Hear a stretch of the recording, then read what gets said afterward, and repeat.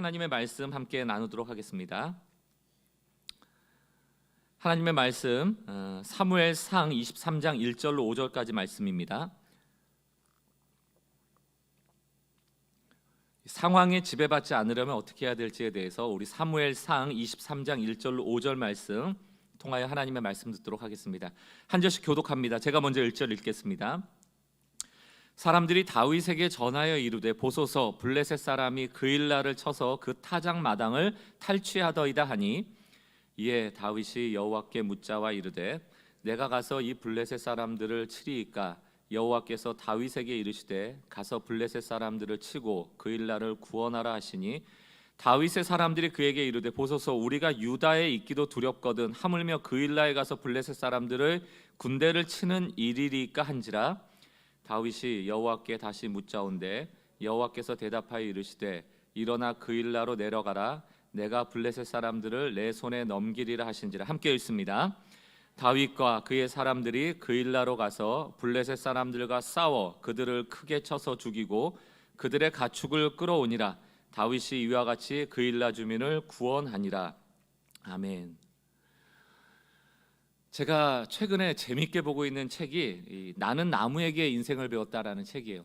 참 재밌습니다. 재밌다라는 것이 많은 인생의 의미를 나무를 통해서 배우게 되는데 이 글을 쓰신 분이 30년 동안 나무를 돌보고 살려왔던 그 나무 박사라고 칭해지는 우종용 박사님이신데요.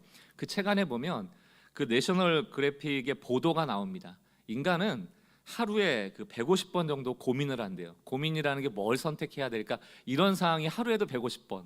그러니까 이게 제가 계산해 보니까 한 달이면 4,500번, 1년이면 이제 5만 번 이상이 되는 거예요. 우리가 그런 고민에 상당한 스트레스를 갖고 살아갑니다. 근데 우리가 늘 좋은 선택을 합니까? 늘 정답만 맞추나요? 그렇지가 않아요. 우리는 한 치 앞도 모르는 사람들이기 때문에 미래 또 주어질 결과가 어떠할지에 대해서 예측하기가 어렵습니다. 그렇게 예측할 수도 없고 늘 정답을 찾을 수도 없는 존재라는 것을 잘 알면서도 잘못된 선택 때문에 오는 그 절망감이라는 것은 어쩔 수 없는 것이죠. 우린 늘 절망하죠. 또 신앙생활 열심히 하면 정답을 맞추면서 살 수 있는가? 뭐 세상 사람들보다 정답을 맞출 확률이 높아지는가? 그런 것도 아닌 것 같아요. 우리 인간이 늘 죄성을 가지고 살기 때문에 우리의 욕심이 늘 우리의 결정을 엇나가게 할 때도 참 많습니다.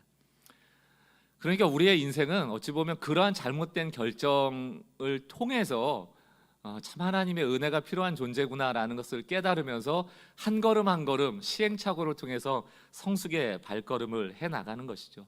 그러니까 여러분 혹시 한 주 동안 절망하신 분이 계시다면 너무 절망하실 필요 없어요. 우리는 늘 실수가 많은 존재고요. 늘 절망할 상황들이 만들어질 수밖에 없는 존재라는 것을 늘 기억하시고 오늘 예배를 통해서 또 하나님의 은혜를 구하시면 좋겠습니다. 그 책을 보면 마치 이렇게 절망하고 있는 인간들에게 한 소리 하듯이 이런 글의 제목이 나옵니다. 가장 먼저 나오는 제목이에요. 나무는 내일을 걱정하느라 오늘을 망치지 않는다. 너무 기가 막힌 말이에요. 우리는 잘못된 선택 때문에 얼마나 그 입을 뒤집어 쓰고 절망 속에 빠질 때가 많습니까? 근데 나무는 주어질 결과 때문에 조금 더 걱정하지 않고 오늘을 살아간다는 거예요. 그러면서 이제 우듬지라는 게 그 나무 끝을 얘기한답니다. 줄기가 늘 자라갈 때 맨 마지막 그 말초를 얘기하는 것인데, 그러니까 나무의 가지의 방향을 결정하는 게 결국 우듬지라는 건데요. 이 우듬지는 누구를 향해 가는가 하면 햇볕을 향해 갑니다. 늘 햇볕을 많이 볼 수 있는 쪽으로 자라기 때문에 나무가 어디로 자라요? 위로 자라죠. 위로 곧게 자라다가도 혹시 옆에 나무가 크게 자라는 바람에 햇볕을 가리게 되면 이 우듬지라는 게 방향을 튼답니다. 그래서 여러분들 좀 기형적으로 생긴 나무를 종종 보시잖아요. 구부러진 나무. 그 이유가 뭐냐면 주변의 환경에 따라서 이 우듬지가 햇볕을 더 많이 받을 수 있는 방향으로 꺾는 거예요. 그래서 모습이 구부정해지기도 하고 뭐 디귿자 모양도 있고 이렇게 좀 U자 모양도 있고 그러지 않습니까? 옆에 나무랑 안 싸운다는 거예요. 이 우듬지는 그냥 햇볕을 향해서 묵묵히 오늘을 또 선택하면서 살아낸다는 것입니다. 구부러지면 어떻습니까? 그게 곧 난데, 그것이 그 나무인데 이 책에 좋은 내용이 많지만 이 첫 번째 챕터에 이 내용을 담은 데는 이 30년 동안 나무를 보고 많은 것을 깨달았던 이 박사님이 그만큼 자신의 삶에서 이런 내용이 중요하다고 여겼기 때문 아니겠습니까? 저도 이 책을 읽으면서 많은 생각을 했어요. 이거 하면 어떤 결과가 올까? 이거 잘못 선택하면 어떤 결과가 올까? 혹은 잘못 선택해서 잘못된 결과를 맞이하고 있는 분들이 그것 때문에 오늘을 못 살 때가 많잖아요. 절망으로 하루를 허비할 때가 많잖아요. 일이 일비할 때가 많잖아요. 그래서 성경은 뭐라고 얘기합니까? 항상 기뻐하고 항상 기도하고 항상 감사하라고 얘기하잖아요. 오늘을 허비하지 말라는 겁니다. 내 상황이 어떠하던 간에, 상황이 어떻게 변하던 간에 오늘 주어진 하루의 삶을 살아내라는 거예요. 우둠지처럼. 오늘 이 사무엘상 23장 말씀을 통하여서 혹시 잘못된 결정 때문에 혹은 주변의 환경 때문에 낙망하고 절망하신 분이 계시다면 오늘 좀 햇볕을 바라보고 끊임없이 자라나는 그 나무의 우둠지처럼 좀 일어서시는 은혜가 있길 주의 이름으로 축원합니다. 오늘 사무엘상 23장을 보면 세 종류의 사람이 나와요. 첫 번째 사람은 합리적인 사람이에요. 두 번째 사람은 이기적인 사람입니다. 세 번째 사람은 하나님께 묻는 사람이에요. 여러분, 합리적이기만 한 사람은 상황 파악은 잘할지 모르겠습니다. 그러나 자기가 해석할 수 없는 상황이 오면 그거 극복하지 못해요. 이기적인 사람은 어떻습니까? 자기의 유익만을 따지죠. 그래서 사람을 배신하고 배반하는 일을 서심치 않는 아주 야비한 사람이 될 가능성이 큽니다. 그러나 하나님께 묻는 사람은 그 상황에 지배받지 않고 그 상황을 지배하시는 하나님의 품 안에서 안정감을 누릴 수 있는 것이죠. 오늘 이 세 가지 부류의 사람을 통해서 나는 지금 어느 상황이 있는가, 그리고 하나님께 묻는, 기도하는 사람으로 나가게 되는 은혜가 있기를 바라요. 첫 번째, 합리적이기만 한 사람들이 있습니다. 합리적이기만 한 사람들. 오늘 이 사무엘상 23장의 배경을 보면 다윗이 사울 왕에게 쫓겨다니는 상황이에요. 다윗이 하나님이 다윗에게 은혜를 베푸셔가지고 블레셋의 장수였던 골리앗을 이기게 하지 않습니까? 근데 골리앗을 이겼다는 이유만으로 그 당시 이스라엘의 왕이었던 사울 왕에게 미움을 받고 지금 쫓겨나는 상황이에요. 지금 사울 왕에게만 쫓겨납니까? 그 이스라엘과 국경에 아주 근접해 있는 블레셋에게도 다윗은 지금 원수인 거예요. 양쪽으로 쫓겨다니고 있는 겁니다. 그 스트레스가 얼마나 심했겠습니까? 그래서 그 스트레스를 다윗은 시편 56편에 이렇게 적었습니다. 5절 6절. 그들이 종일 내 말을 곡해하며 나를 치는 그들의 모든 생각은 사악이라. 그들이 내 생명을 엿보았던 것 같이 또 모여 숨어 내 발자취를 지켜보느니라. 계속 지금 도망자의 심정을 얘기하고 있는 건 아니에요. 지금 낮이든 밤이든 혹시 날 잡으러 오지 않았나, 그 스트레스가 극심한 거예요. 8절. 나의 유리함을 주께서 계수하셨사오니 나의 눈물을 주의 병에 담으소서. 이것이 주의 책에 기록되지 아니하였나이까. 밤새 우는 거예요. 날마다 우는 거예요. 불안함에 떠는 거예요. 이렇게 지금 쫓겨다니는 상황에 극심한 스트레스에 있었던 다윗에게 한 소식이 들려옵니다. 그게 오늘 본문 사무엘상 23장 1절이에요.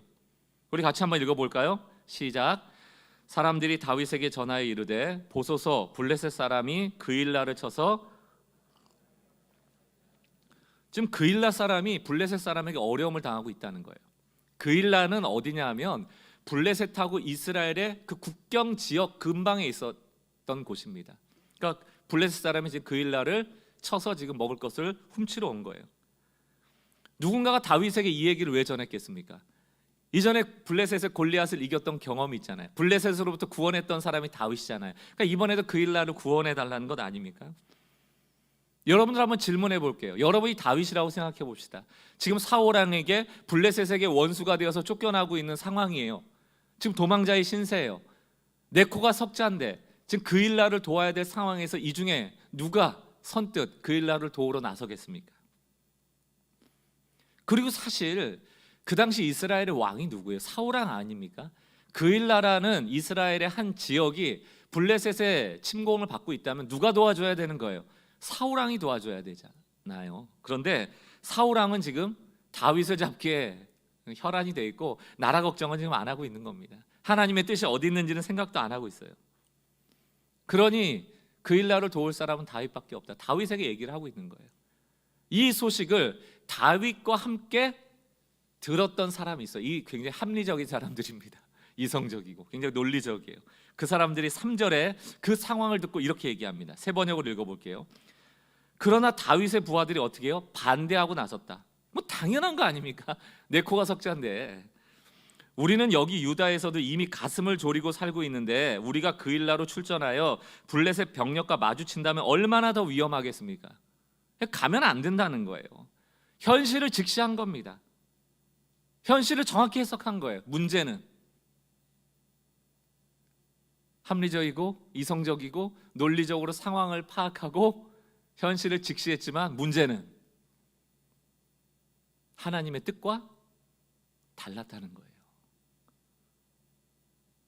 우리의 합리적인 판단이 하나님의 뜻을 거스를 수도 있다. 요즘 코로나 시대에 기독교인들을 어떻게 평가한다고 제가 예전에 설교 드렸습니까? 보니까 요즘 기독교인들에 대한 평가가 이런 거예요. 그냥 사기꾼 같고 말 섞고 싶지 않고 이기적이고.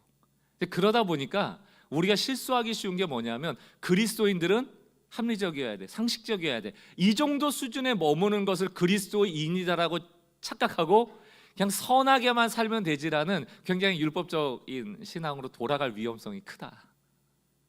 지난주에도 로마서 12장을 통해서 영적 예배라는 것은 이렇게 헬렐레 하고 있는 게 아니고 굉장히 합리적이고 이성적이어야 된다는 말씀을 드렸잖아요. 그 이야기는 영적이라는 것이 합리성을 포함한다는 얘기지 합리적이기만 해야 된다는 얘기가 아니죠. 신앙은 훨씬 더 초합리적입니다. 초월성이 있는 거예요. 초이성적이고요. 초논리적입니다. 우리가 이성이라는 하나님의 선물을 사용해야 하지만 그래서 상식과 이성과 합리성이 있어야 하지만 그 이성과 합리성 너머에 계신 하나님을 보지 못한다면 우리의 신앙은 왜곡될 수밖에 없는 것이죠. 오늘 다윗과 함께 했던 사람들이 그런 사람이에요. 합리적이긴 했지만 하나님의 뜻과는 다른 생각을 했습니다. 우리 사도행전을 보면 사도 바울이 예루살렘으로 돌아가려고 하니까 주변에서 환상을 봤다고 얘기하지 않습니까? 사도 바울 선생님, 예루살렘에 가면 포박당해요. 잡힙니다. 이런 환상을 보여줬어요. 그리고 나서 많은 사람들이 어떤 결정을 내립니까? 잡히니까 합리적으로 생각하면 가야 돼요, 안 가야 돼요? 가지 않아야 되죠. 그래서 환상을 보니까, 꿈을 보니까 포박당하는 걸 보니 사울 선생님, 바울 선생님 가면 안 됩니다. 가면 안 됩니다. 라고 얘기할 때 사도 바울이 뭐라고 얘기해요? 잡히러 가는 거다. 잡히러 가는 거다. 이 일을 통해서 로마까지 복음이 전파되기를 원한다. 그리고 가는 거 아니에요? 우리는 포박된다는 곧 가지 말아야 된다라는 합리성으로 나가지만 사도 바울은 포박된다? 그러나 복음은 전해져야 된다 라는 하나님의 뜻으로 가게 되는 것이죠. 달라요. 믿는 사람들은 합리적이기만 해서는 안 됩니다. 게다가 여러분, 이 보고를 하고 있는 지금 다윗의 주변에 있는 사람들이 누군가, 그 사무엘상 오늘 보면 바로 전에 보면 이 사람들이 누군지가 나와 있어요. 사무엘상 22장 1절 2절. 그러므로 다윗이 그곳을 떠나 아둘람 굴로 도망하며, 지금 내용을 아시죠? 사울 왕에게 쫓기는 거예요. 블레셋에게 쫓기는 겁니다. 그래서 지금 도망가는 거예요. 아둘람 굴로 도망하며 그의 형제와 아버지의 온 집이 듣고 그리로 내려가서 그에게 이르렀고 환난 당한 모든 자와 빚진 모든 자와 마음이 온통한 자가 다 그에게 모였고 그는 그들의 우두머리가 되었는데 그와 함께한 자가 400명 가량이라. 지금 모인 자가 어떤 자들이에요? 환난 당한다, 빚진 자, 원통한 자, 다 그런 사람들이 모였잖아요. 그런 고난 중에 함께 모였잖아요. 그런 사람들은 동병상련 아닙니까? 같이 고난당하는 자에게 공감의 마음을 주는 게 마땅하지 않아요? 그러나 합리성을 따지다 보니까 첫 번째는 하나님의 뜻을 놓치게 될 위험이 있을 뿐만 아니고 두 번째는 뭡니까? 차가운 사람이 되더라는 거예요. 차가운 사람. 오늘 설교를 준비하면서 늘 마음에 새기고 있었던 문장 하나가 다시 한번 리마인드 됐어요. 조금 덜 논리적이고 더 사랑하라. 조금 덜 논리적이고 더 사랑하라. 차가운 사람 되지 말자고요. 합리적이기만 한 사람이 아니고 그 합리적인 것 너머에 계신 하나님까지를 볼 수 있는 조금 더 넓은 시야를 갖는 우리 성도님들 되시기 바랍니다. 오늘 본문에 나오는 두 번째 사람은 이기적인 사람이에요. 다윗이 그 어려운 상황에서도 지금 그일라에 가서 그일라를 구원했거든요. 근데 결과가 재밌습니다. 그 그일라 사람이 다윗을 배반하는 거죠. 배신하는 겁니다. 사무엘상 23장 7절 8절을 보세요. 다윗이 그일라에 온 것을 어떤 사람이 사울에게 알림해 사울이 이르되 하나님이 그를 내 손에 넘기셨도다. 그가 문과 문 빗장이 있는 성읍에 들어갔으니 갇혔도다. 사울이 모든 백성을 군사로 불러 모으고 그일라로 내려가서 다윗과 그의 사람을 에워싸려 하더니, 아니 그일라를 살려줬는데 그일라의 사람이 다윗을 사울 왕에게 넘긴 거예요. 배반한 겁니다. 배신한 겁니다. 그럼 여러분 그일라 사람이 왜 배신했을까요? 23장 바로 앞에 보면은 다윗을 도왔던 사람에게 사울 왕이 해코지했거든요. 그러니까 그일라 사람이 블레셋이 쳐들어왔을 때는 다윗에게 도움을 받아서 좋긴 하지만 그일라에 다윗이 머문다면 사울 왕이 그 그일라에 해코지할 게 싫은 거예요. 싫은 거예요. 사울 왕의 핍박이 두려우니 다윗을 배반하게 되는 겁니다. 여러분 영화 같은 데 보거나 여러분 살면서 어떤 경우에 배반하던가요? 여러분들도 다 배신하고 배반해 보셨을 거 아니에요. 어떤 상황에서 배신하게 되던가요? 두 가지인 것 같아요. 첫 번째는 욕심. 왜 영화 같은 데 보면 둘이 어떤 막 금은보화를 같이 찾았다가 마지막에 혼자 가지려고 배반하잖아요. 그 욕심이고요. 두 번째를 보면은 욕심이 아니고 생존 본능. 예를 들어서 야 너가 알고 있는 특별한 비밀을 나한테 얘기해. 그러지 않으면 너 아내를, 너 남편을, 너 자식을 어떻게 해버릴 거야. 이렇게 나오잖아요. 그러면 우리 가족을 지키기 위해서 어쩔 수 없이 배반할 때가 있지 않습니까? 보면 첫 번째는 욕심이고 두 번째는 생존 본능. 살려야 하니까, 살아야 하니까 이럴 때가 많잖아요. 오늘 그일라 사람은 아마 후자일 겁니다. 무슨 다윗을 통하여서 부귀영화를 누리고자 자신들의 욕심을 취하고자 했다기보다는 자기 동네에, 자기 마을에, 자기 가정에 사울 왕이 해코지해서 불이익을 당할 것에 대한 두려움이 있었을 거예요. 이거 생존 본능 아닙니까? 우리에게 생존 본능이 커질 때 우린 누군가를 배반하고 배신하게 돼요. 제가 언젠가 설교 중에도 한번 소개했던 책인데 도시는 무엇으로 사는가, 유현준 교수라고 홍익대 교수님이 있습니다. 지난주에 그분 강의가 있어서 몇 분 소수의 분이 모여서 그 강의를 듣게 됐어요. 뭐 교회 공간에 대한 이야기도 했지만 신앙에 대한 얘기이기 때문에 참 코로나 시대에 저한테는 많은 도전이 되었습니다. 근데 그분이 그런 얘기 하더라고요. 도시가 세워지고 문명이 세워지고 사람들이 이렇게 집단화되어져서 많이 모여 살게 되는 이유를 그 생존 본능이라고 얘기를 하더라고요. 그럼 대도시에 많이 모이잖아요. 왜 그럴까? 사람이 많은 곳에서 생존할 확률이 더 높다. 이건 퇴고 이래로 가져온 인간의 본능이라는 거예요. 소수로 있으면 살 가능성이 적다는 거예요. 더 모여야 되고 더 뭉쳐야 된다는 거예요. 그러면서 이분도 이제 교회 다니는 집사님이시니까 대형 교회에 대한 이야기를 하면서 왜 사람들이 대형 교회로 몰릴까? 생존 본능과 무관하지 않다. 뭔가 우리는 더 다수의 매력을 느껴요. 근데 신앙이 여러분 우리 생존 본능을 극대화하려고 하는 건 아니잖아요. 어떤 개척교회 목사님 얘기가 생각이 나더라고요. 개척교회를 했는데 뭐 아시는 분이 그러더래요. 그냥 조용히 그 교회 안 가시면 되는데 꼭 그 입이 문제라. 그 목사님이 개척한다고 하니까 이분이 가셔가지고 목사님 그 축하는 드리는데 기도는 할 텐데 저는 그 개척교회는 못 갑니다. 목사님 같이 가서 도와드리진 못해요. 그래서 누가 뭐 도와달라고 한 것도 아닌데 그분 스스로 그런 얘기를 하시면서 그 뒤에 가지 못하는 이유를 설명한 게 뭐냐면 개척교회 가면 힘들다고. 힘들 거 아닙니까? 사람이 적으니까. 나눠서 하면 좋을 일도 본인이 많이 해야 되니까 힘든 거 아니에요? 그런데 이제 이분이 그 말이 좀 속상했나 봐요. 그분의 페이스북에 이 얘기를 쭉 적으면서 그 마지막에 그런 얘기를 적었더라고요. 근데 이 집사님이 그 얘기를 한 그 내용을 들으면서 이분은 예수님의 제자가 되긴 힘들겠구나 그런 생각을 했대요. 예수님은 몇 명하고 목회하셨어요? 12명. 12명. 과연 지금 우리 중에 예수님을 따를 만한 성도가 몇 명이나 있을까? 우리는 소수를 무시해요. 다수를 선호합니다. 그러다 보니까요, 생각보다 우리가 사람을 배신하고 하나님을 배신할 때가 많습니다. 이게 생존 본능 때문에 그렇죠. 예를 들어서 하나님을 배반하는 경우도 보세요. 성경에 보면은 이스라엘의 왕들에게 무슨 하나님이 부탁을 하시냐면 마병 많이 두지 말고 아내 많이 두지 말고 은금 많이 두지 말라 이렇게 나옵니다. 신명기 17장을 보면 그 신명기 17장의 내용이 뭐냐면 이런 얘기예요. 너희가 가나안에 들어가면은 틀림없이 주변 국가처럼 왕을 요구하게 될 거다. 하나님이 왕이지만 사람 왕을 요구하게 될 텐데 그 하나님 원하시는 건 아니지만 너희가 원하니까 주긴 줄 텐데 조건이 있어. 하나님이 택한 자를 세워야 되고 그 하나님이 택한 왕은 첫 번째 마병을 많이 두지 말고 두 번째 아내를 많이 두지 말고. 아내를 많이 두지 말라는 건 뭡니까? 동맹 맺지 말라는 얘기예요. 정략 결혼해서 주변국과 동맹 맺지 말라는 겁니다. 우상 숭배가 판을 칠 거니까. 세 번째가 뭡니까? 은금 많이 두지 말라. 여러분 이 세 가지를 종합하면 이스라엘은 번영하지 못한다라는 얘기예요.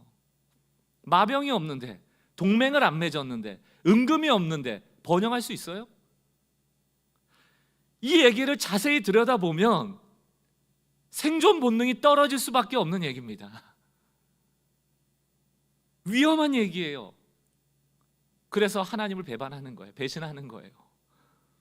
마병을 많이 두지 말라고 했지만 우리가 살아야 되기 때문에 마병을 많이 두는 것이고, 아내를 많이 취하지 말라고 했지만 우리가 살아야 되기 때문에 동맹을 맺는 것이고, 은금을 많이 두지 말라고 했지만 우리가 살아야 하기 때문에 은금을 많이 두는 것이죠. 이게 어디에 극대화돼서 나타납니까? 솔로몬. 결국 하나님을 배반하죠. 배신하죠. 우리는 신앙생활을 제대로 하면 할수록 주변의 이기적인 사람들 때문에 배신당하고 배반당하고 손해볼 일들이 많아지게 돼요.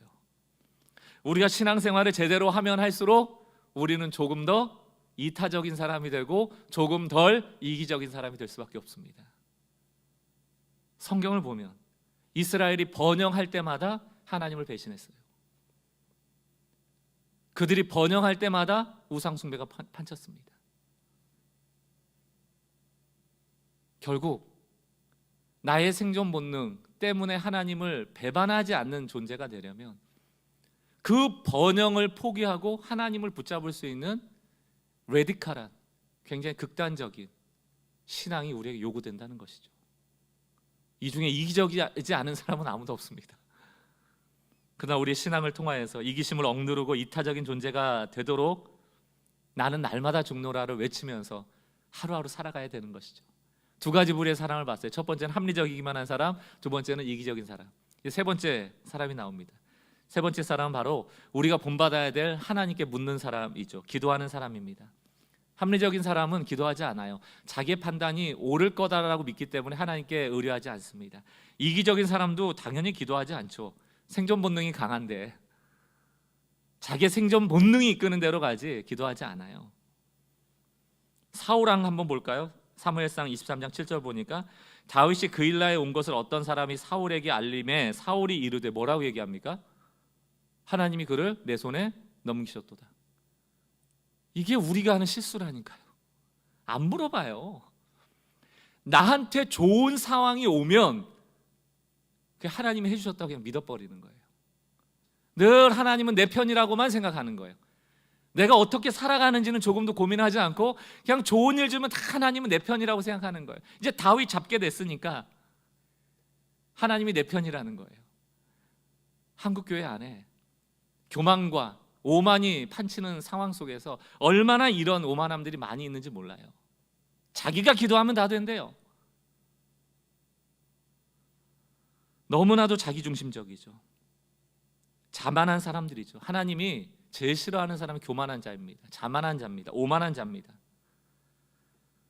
기도가 없는데, 기도를 안 하는데 사업이 잘 되고, 기도를 안 하는데 별 문제 없이 잘 살고, 저같이 목사 또 우리 교회를 보자면 기도하지 않는데 목회가 잘 되고, 기도하지 않는데 돈이 벌리고, 기도하지 않는데 성공 가도를 달리고, 기도하지 않는데 아무 문제 없는 것 같다? 그러면 우리는 굉장한 위험에 지금 노출되어 있는 것이죠.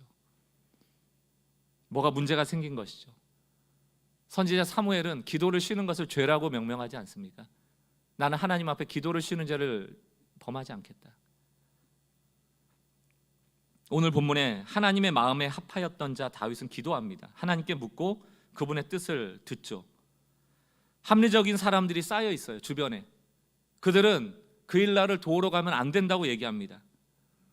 그때 다윗이 듣고 보니까 참 맞는 말이네 라고 쉽게 수긍하지 않아요. 그는 바로 하나님께 묻습니다. 보세요, 3절. 다윗의 사람들이 그에게 이르되 보소서 우리가 유다에 있기를 두렵거늘 하물며 그 일라에 가서 블레셋 사람들 군대를 치는 일이리까 한지라. 만약에 우리가 그냥 그 합리성에 함몰돼 버리면 참 맞는 말이잖아요. 다수의 의견이잖아요. 그러면 다수결의 의견에 따라 그럼 가지 말자 라고 할 수 있었겠지만 다윗은 뭐라고 얘기합니까? 다윗이 여호와께 다시 묻자온대 여호와께서 대답하여 이르시되 일어나 그 일라로 내려가라 내가 블레셋 사람들을 내 손에 넘기리라 하신지라. 다윗이 여호와께 다시 묻자온대. 앞에 2절에서 물었거든요.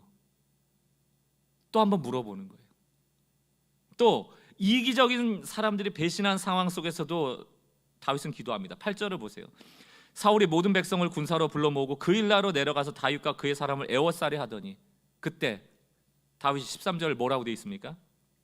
다윗과 그의 사람 600명 가량이 일어나 그 일라를 떠나서 갈 수 없는 곳으로 갔더니 다윗이 그 일라를 피한 것을 어떤 사람이 사울에게 알림해 사울이 가기를 그치니라. 아유, 잘못된 본문이 나왔네요. 여기 나오네. 죄송합니다. 12절이요. 다윗이 이르되, 이 다윗이 이르되라는 것이 여호와께 묻되 그 일라 사람들이 나와 내 사람들을 사울의 손에 넘기겠나이까 하니 하나님께 묻는 거예요. 그러니까 여호와께서 이르시되 그들이 너를 넘기려 하신지라. 그리고 나서 피할 수 있도록 제가 앞에 읽었던 13절 같이 다윗이 그 일라에서 피하였다 이런 상황들을 돌파할 수 있도록 도우시는 거죠. 다윗은 기도로 극복해요. 합리적인 사람에 둘러싸여 있을 때, 이기적인 사람들이 배신할 때 기도합니다. 하나님께 물어요. 그 뜻을 구합니다. 저도 사실 이 설교를 준비하는 지난 주에 우리 살다 보면 다 만나잖아요. 좀 이해할 수 없는 상황을 만나면 이 화가 좀 나고요. 참 상식 없는 생각을 한다. 또 배려심이 없다. 이런 생각이 드는 분들을 만나죠. 나에게 해롭고 손해가 되는 상황을 자꾸 주는 그런 사람들을 만나는 일은 참 불편한 일입니다. 그리고 마음이 이렇게 무거워지죠. 그런데 다행히 설교를 준비하면서 또 아침에 잠언을 통해서 지혜를 얻으면서 기도하게 되면서 나타나는 증상이 뭐냐면 이렇게 좀 불편한 마음은 사람 마음을 이렇게 콱 좀 고구마 메이듯이 메이게 하거든요. 무겁게 만든다고요. 근데 기도를 하면 나타나는 증상이 가벼워져요. 마음이. 하나님이 상황을 아시니까. 그러니까 손해라는 게 그러니까 물질이든 아니면 내가 좀 마음에 고생하는 손해라는 게 별거 아니다. 하나님 보시기엔 별거 아니다. 하나님 이 상황을 아시고 결과적으로 합력할 선을 이루실 것이다. 이런 마음이 올 때 마음이 편해지는 것이죠. 그렇게 마음이 편해질 수 있었던 이제 오늘 본문의 결론 구절 14절 이것이 저에게 큰 힘이 됐어요. 우리 같이 한번 읽어봤으면 좋겠습니다. 기도의 사람을 지키시는 하나님. 같이 한번 읽습니다. 시작. 다윗이 광야의 요새에도 있었고 또 십 광야 산골에도 머물렀으므로 사울이 매일 찾되 하나님이 그를 그의 손에 넘기지 아니하시니라. 다윗이 잘 피해 다녔더라가 아니에요. 다윗이 잘 도망 다녔더라가 아니에요. 하나님이 그를 찾지 못하도록 도우시는 겁니다. 이 얘기를 들으니까 고구마처럼 막혔던 가슴이 확 내려가는 거예요. 마음이 무거웠거든요. 제가 불편했거든요. 힘들었거든요. 근데 이거 보니까 하나님이 내 삶을, 내 세계를, 내 주변을 주장하고 계시는구나. 하나님이 반드시 책임져 주실 것이구나. 지금 당장은 내게 무겁고 불편하고 콱 막히는 것 같은 상황이지만 하나님이 맡아주시면 이것이 풀려질 것이구나. 사랑하는 성도 여러분, 이 14절 말씀을 붙잡으세요. 하나님이 그를 그의 손에 넘기지 않는다. 하나님의 손에 내 인생이 붙잡혀 있다. 얼마나 감사한 얘기입니까? 그러면서 찬양이 나와요. 시편 121편입니다. 내가 산을 향하여 눈을 들리라 나의 도움이 어디서 올까? 이거 내가 산을 향하여 눈을 든다는 게 어떤 그림 언어예요? 기도한다는 건 아니에요. 하나님께 묻는 거 아닙니까? 사방이 우겨쌈을 당할지라도 사방은 다 막혀 있을지라도 내가 하늘을 향하여 눈을 들리라. 나의 도움이 어디서 올꼬? 나의 도움은 천지를 지으신 여호와께서로다. 여호와께서 너를 실족하게 아니하시며 너를 지키시는 이가 졸지 아니하시리로다. 이스라엘을 지키시는 이는 졸지도 아니하시고 주무시지도 않는다. 지난주에 내 상황을 하나님은 보셨다, 아신다. 그리고 의로운 자의 편을 들어주실 거예요. 나는 하나님의 뜻대로 의롭게 살아가며 하나님을 의뢰하며 살아가면 되는 거예요. 우듬지처럼 오늘을 살아가면 되는 거예요. 그 불편한 상황 때문에 오늘을 망칠 필요가 없습니다. 그러므로 사랑하는 성도 여러분, 기도하셔야 돼요. 하나님으로 하여금 일하시도록 하십시오. 우리 한번 따라합시다. 하나님으로 하여금 일하시도록 하십시오. 하나님으로 하여금 일하시도록 하십시오. 오늘 말씀의 결론을 맺으면서 제가 도입에서 읽었다고 했던 그 책의 내용을 다시 한번 인용하기를 원합니다. 그 책 내용 안에 보니까 저도 가보진 않았습니다. 미국에 가보면 서부에 세콰이어 국립공원이 있나 봐요. 세콰이어 나무 굉장히 큰 나무 아닙니까? 그 국립공원이 있는데 그 국립공원에 가보면 정말 큰 나무들이 많대요. 그 중에서 세계에서 제일 큰 나무가 거기에 있는데 세콰이어 나무겠죠. 그게 제너럴 셔먼 트리라는 겁니다. 제너럴 장군, 무슨 장군의 이름을 딴 것 같아요. 여러분들 지금 잘 보이실지 모르겠지만 저 앞에 사람이 조그맣게 있어요. 이게 높이가 84m니까 여러분 100m 달리기 하는 그 길이 정도를 우리가 떠올리면 될 것 같고, 이게 31m, 한 10사람 정도가 손을 에워싸도 남는다 하더라고요. 그리고 지름이 11m니까 뭐 어마어마한 거죠.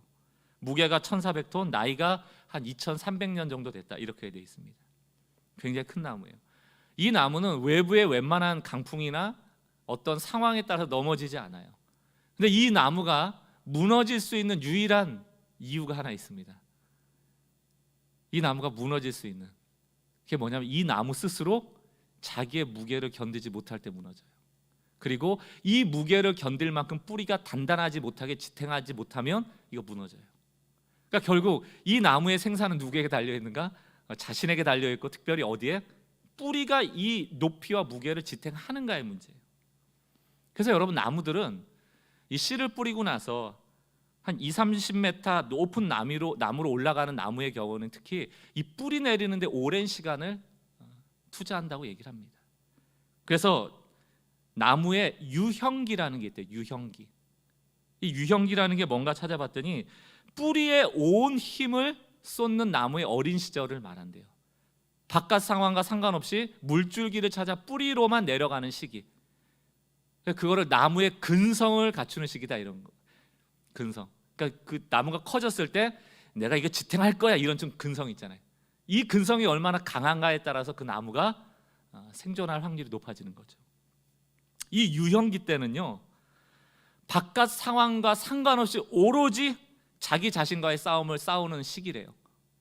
왜냐하면 밖에 얼마나 햇볕이 풍부합니까? 아까 우듬지 얘기도 드렸지만 막 위로 뻗어 올라가고 싶은 거예요. 햇볕을 보면. 그것도 본능 아닙니까? 막 햇볕을 더 보고 싶은 거예요. 근데 그때를 참아내야 된다는 거예요. 바깥에 아무리 따뜻한 햇볕이 있더라도 이 나무는 한 5년 정도 유형기 동안 끊임없이 물줄기를 찾아서 밑으로 뿌리를 내려야 된다는 겁니다. 그때 뿌리를 찾아가지 않고 겉멋들어서 그 우듬지가 햇볕을 향해 올라가 버리면 그 순간은 올라가는 것처럼 보일지 몰라도 그 무게를 견디지 못하고 그 나무를 지탱하지 못하고 그 나무는 쓰러져 버린다는 거예요. 나무의 근성을 갖추는 시기예요. 제가 이걸 보면서 우리의 신앙을 좀 돌아볼 필요가 있겠다. 우리에게 특히 이제 한국 교회 같은 경우에는 이 유형기를 잘 안 주는 것 같아요.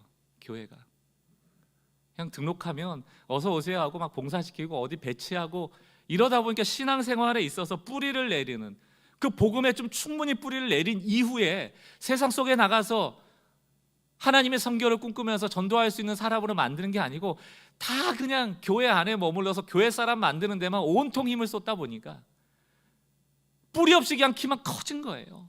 언제 쓰러질지 모르는 그런 나무 같아 보입니다. 코로나 같은 시기에는 더 취약한 거죠. 자기 스스로 자기의 신앙을 유지하고 지켜낼 힘이 없으니까. 밑에 물줄기에 뿌리를 내리고 있어야지 이 가뭄의 때에도 물을 빨아먹을 텐데 뿌리가 약해 놓으니까 키는 큰데 등치는 큰데 물이 없어요. 저는 이 코로나 시대 또 코로나와 함께 살아가야 될 우리의 상황 속에서 주변의 상황은 훨씬 더 열악해지고 어려운 이 순간에 나를 배신하고 배반하는 사람들이 있고 합리적인 것들을 요구하면서 그리스도인들은 착하게 살아야 돼라는 정도의 신앙으로 우리의 신앙을 폄하하려고 할 때 과연 우리가 무엇해야 되는가? 우리 신앙에 뿌리를 내려야 된다. 그 뿌리라는 게 뭐예요? 저는 그 뿌리를 내리지 않고 자꾸 위로만 올라가려는 많은 신앙인들을 봅니다. 이 설교 저 설교 찾아가고 좀 뭐 특별한 게 없나 찾아가고 요즘 여러분 유튜브 보십시오. 유튜브 보지 마세요. 유튜브 보지 마세요. 괜히 또 얘기하면 제가 봤을 때 엉망이에요. 엉망. 듣지 말아야 될 곳, 보지 말아야 될 곳에 가서 수많은 사람들이 기웃대는 것이 조회수로 나오잖아요. 도대체 여기를 왜 와 있을까? 이걸 왜 듣고 있고 이걸 왜 보고 있을까? 그냥 위로만 커지고 싶은 거예요. 화려해지고 싶은 거예요. 괜찮은 사람 척하고 싶은 거예요. 뿌리는 없는데 금방 말라 죽게 생겼는데 뿌리를 내리세요. 그게 뭡니까? 말씀 보는 거예요. 기도하는 거예요. 이 기본기가 없이 방언을 찾아다니고 예언을 찾아다니고 치유를 찾아다니고 이런 기도와 말씀의 뿌리 없이 종말을 찾아다니고 이단에 휩쓸려 다니고 너무 불행해지는 거죠. 우리 사랑하는 성도 여러분, 뿌리를 더 깊이 내리세요. 이런 좋은 시점에 하나님과 마주할 수 있는 좋은 기회에 구파파로 말씀 한 장씩 읽는 거, 그거 못하는 게 우리잖아요.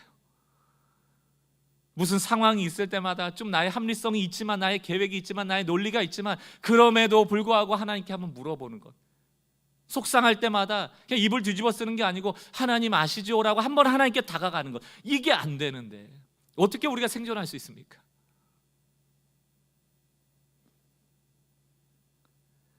사랑하는 성도 여러분, 오늘부터라도 다시 나무의 유형기처럼 우리 신앙의 유형기를 시작하셔도 늦지 않아요.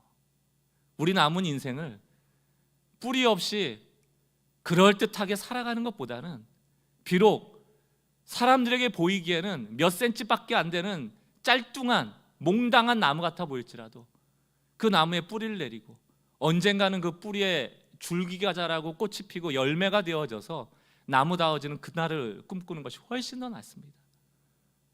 늦었다고 생각할 때가 가장 빠를 때입니다.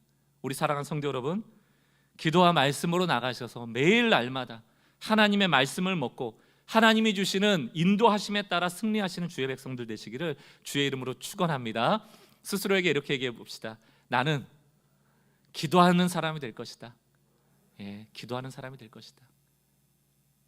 하나님의 음성을 듣고 한 주간 승리하시는 여러분 되시길 주의 이름으로 축원합니다.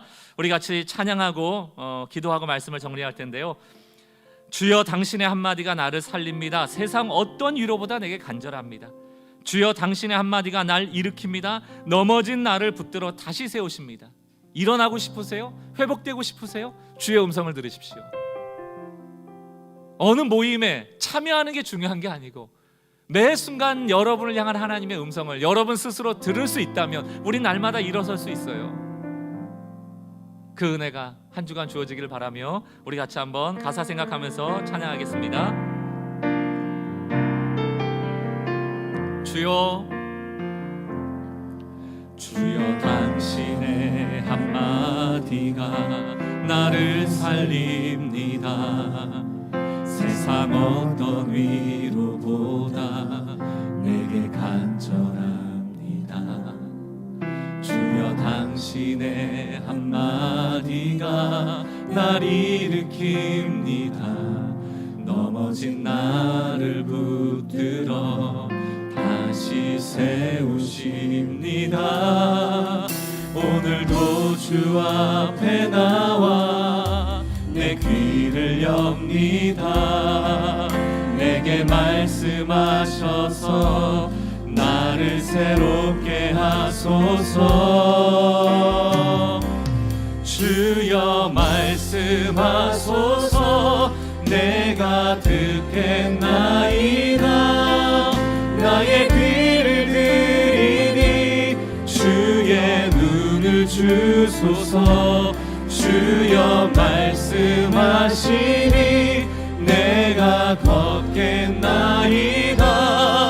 주의 눈으로 나의 가야 할 길 보게 하소서. 우리 다시 한번 주여, 주여 당신의 한마디가 나를 살립니다. 세상의 위로보다, 세상 어떤 위로보다 주의 말씀을 붙잡습니다. 주여, 주여 당신의 한마디가 날 일으킵니다. 넘어진 나를 붙들어 나를 살리실 것입니다. 아멘. 오늘도 주 앞에 나와 내 귀를 엽니다. 내게 말씀하셔서 나를 새롭게 하소서. 주여, 주여 말씀하소서. 내가 듣겠나이다. 나의 귀를 들이니 주의 눈을 주소서. 주여 말씀하시니 내가 걷겠나이다. 주의 눈으로 나의 가야 할 길 보게 하소서. 주여 말씀하여 주옵소서. 주여 말씀하소서. 내가 듣겠나이다. 나의 귀를 들이니 주의 눈을 주소서. 주여 말씀하시니 내가 걷겠나이다. 주의 눈으로 나의 가야 할 우리 다시 한번 간절한 마음으로 찬양하겠습니다. 주여 나에게 말씀하셔서 나를 세워주옵소서. 주여 말씀하소서. 내가 듣겠나이다. 나의 귀를 들이니 주의 눈을 주소서. 주여 말씀하시니 내가 걷겠나이다.